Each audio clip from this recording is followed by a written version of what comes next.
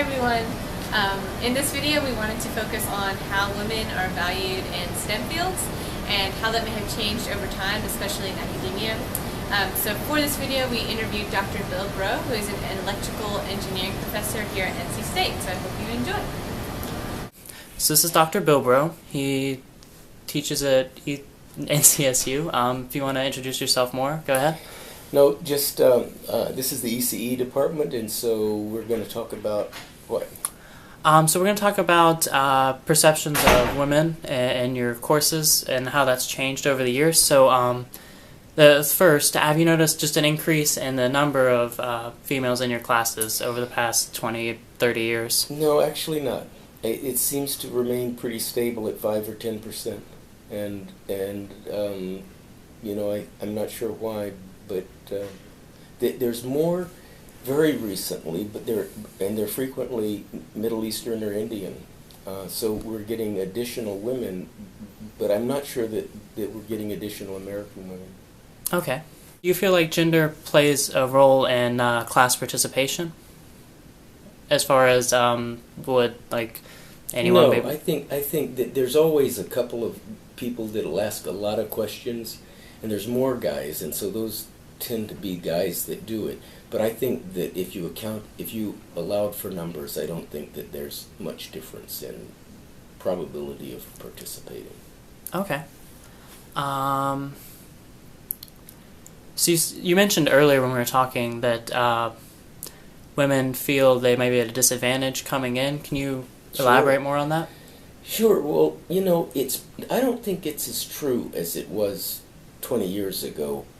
But I think women 20 years ago figured that guys came in knowing all about, they could build a computer out of an old washing machine or something like that. I think that they had, you know, because guys, well, we're being recorded, so I'm not sure how much I should say. I think guys tend to overstate their abilities, and I think women tend to understate theirs. And so, you know, women have heard guys overstating their abilities. But the guy, you know, nothing wrong with it. That's just the way people are. Okay.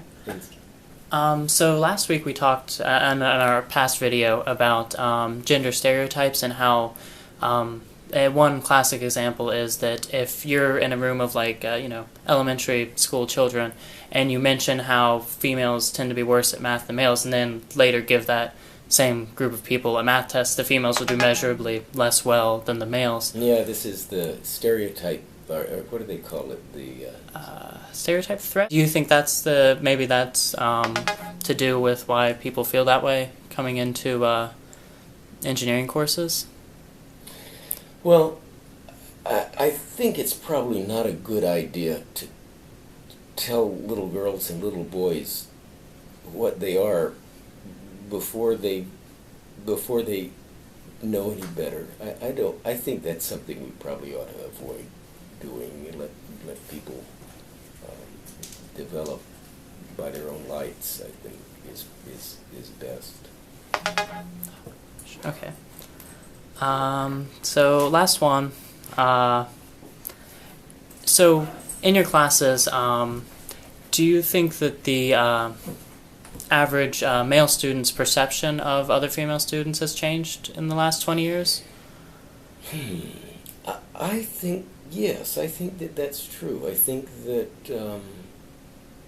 I think nobody regards it as a big deal anymore. It's not, I don't think it's unusual, or I don't think that women stand out in the classroom anymore. I think everybody takes them,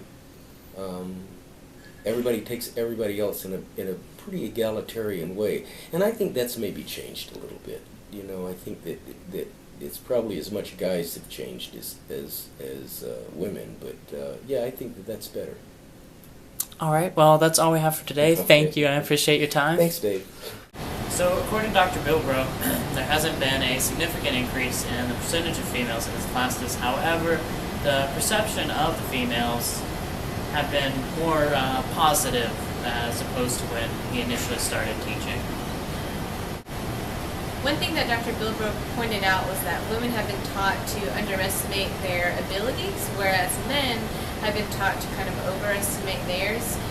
So this may may have something to do with how females perceive themselves in STEM fields, creating this like imaginary gap between abilities between men and women, which may not be there to begin with.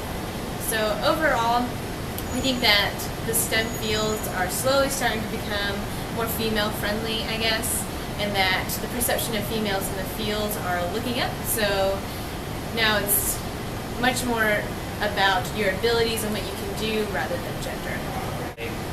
We just want to thank Dr. Bilbro for allowing us to interview him and for his input. See you guys later.